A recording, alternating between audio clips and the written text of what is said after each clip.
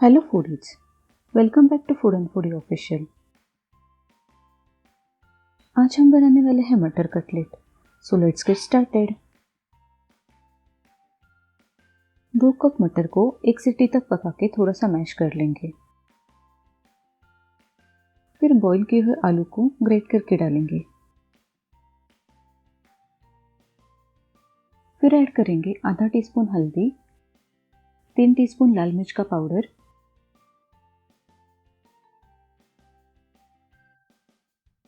नमक स्वाद अनुसार, 1 टीस्पून धनिया पाउडर, आधा टीस्पून आमचूर पाउडर, 1 टीस्पून चाट मसाला, आधा टीस्पून गरम मसाला, 1 टीस्पून अदरक लहसुन का पेस्ट, थोड़ा सा धनिया और ब्रेड क्रम्स। 3-4 स्लाइस ब्रेड को ग्राइंड करके लिया है।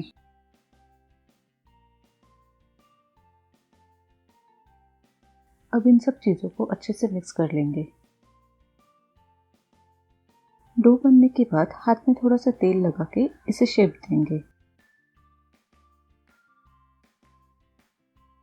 मैंने यहाँ पे राउंड शेप में कटलेट्स बनाए हैं। आप कटलेट को एयरटाइट कंटेनर में फ्रिज में स्टोर भी कर सकते हैं। अब हम इसे रवा से कोट कर लेंगे।